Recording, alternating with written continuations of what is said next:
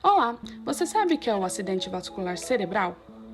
O acidente vascular cerebral, ou AVC, é uma alteração do fluxo de sangue no cérebro. É responsável pela morte das células nervosas da região cerebral e pode se originar de uma obstrução de vasos, chamada AVC isquêmico, ou de uma ruptura do vaso, conhecido por AVC hemorrágico.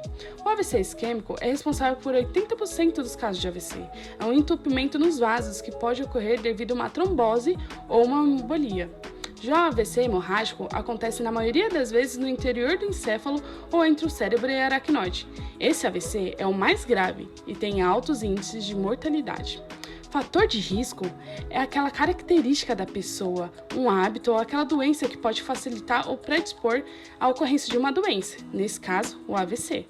Os principais fatores de risco para o AVC são idade, sexo, história de doença vascular prévia, doenças do coração, tabagismo, hipertensão arterial, diabetes, sedentarismo, aumento do colesterol, álcool e drogas e uso de anticoncepcional.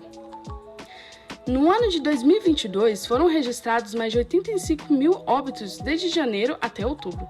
Esse número equivale a 307 mortes por dia, tornando a AVC a principal causa de morte no país. Grave, né?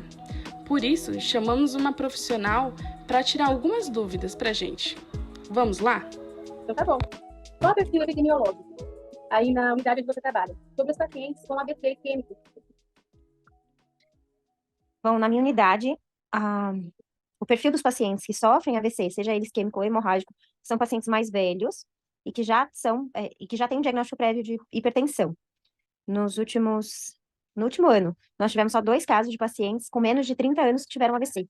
Ambos tiveram AVC hemorrágico. Mas, em sua grande maioria, nossos pacientes, eles são idosos, têm hipertensão, faz uso inadequado da medicação, são conscientes que têm a hipertensão, né, já tiveram esse diagnóstico, e não fazem um acompanhamento na unidade. Eles até vão lá, passam consulta, mas não fazem exames periódicos, não utilizam a medicação conforme prescrição. Complicado, trabalha bastante, né? Bom, vou uma segunda pergunta, tá bom? E os profissionais, eles recebem treinamento para estratégia, para promoção, prevenção e reabilitação dos pacientes? Olha, atualmente não existe um programa de educação continuada para os profissionais que tenha esse objetivo. Embora o profissional da estratégia, ele tem que ter a capacidade de fazer promoção e prevenção, que afinal de contas esse é o nosso principal objetivo enquanto atenção primária, né? Nosso principal objetivo é mostrar para o paciente a importância de fazer exames, de fazer controle e buscar através do perfil epidemiológico da unidade, do perfil epidemiológico como um todo, tá? Quais são os pacientes que têm maior probabilidade de desenvolver hipertensão e, a partir daí, trabalhar a prevenção da principal causa hoje, né, do principal agravante para os nossos pacientes terem AVC, seja ele isquêmico ou hemorrágico. Então, os profissionais da estratégia subentende-se que eles já estão preparados para fazer promoção e prevenção. Antes, isso em 2011, 2012, nós tínhamos um programa que se chamava Momento 1 e Momento 2. O Momento 1, ele tinha o objetivo de mostrar para o profissional o que era a estratégia, qual eram os principais objetivos, qual era o perfil dos pacientes que iam ser assistidos e o que se esperava de um profissional dentro da estratégia. Ele era um curso que durava uma semana e ele era destinado tanto para enfermeiro quanto para médico, agente comunitário, todos os profissionais faziam esse Momento 1. E o Momento 2, ele era destinado para a equipe técnica, então eram os médicos e os enfermeiros que faziam, e nós tínhamos uma vez por mês um encontro com um especialista. E aí nós tínhamos aula com esse especialista.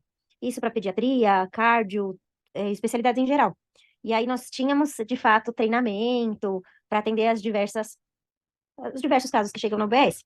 Mas atualmente nós não temos um programa de educação continuada voltada para esse tipo de paciente. Mas assim, tem algumas estratégias, alguns programas para evitar chegar a esse ponto, de ter uma AVC ou algo desse tipo? E qual seria?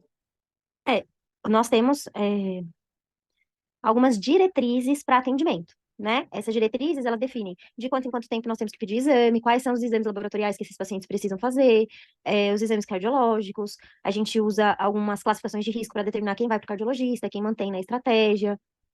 Eu estou respondendo a sua pergunta? Sim, tá sim. E também tem mais algumas coisas para evitar, para evitar em caso de pressão alta, do diabetes, tem alguns programas preventivos? Sim, na verdade a gente tem o PANG, né, que é o Programa de Automonitoramento Glicêmico, que são para os pacientes diabéticos, insulino-dependentes, que neste programa eles recebem os insumos para fazer uso da insulina, assim como para fazer o monitoramento. E a gente tem um programa em que a gente faz a leitura de todos os monitoramentos que ele fez durante o mês, e aí a gente consegue determinar se aquela medicação está sendo suficiente ou não, se ele ainda, mesmo dizendo para a gente que faz a dieta direitinho, se ele realmente faz essa dieta, quais são os horários em que ele tem maior pico glicêmico. E é também onde a gente faz a solicitação dos exames laboratoriais para ele, faz análise desses resultados, enfim, faz todo o acompanhamento do paciente diabético que tem um risco cardiovascular maior.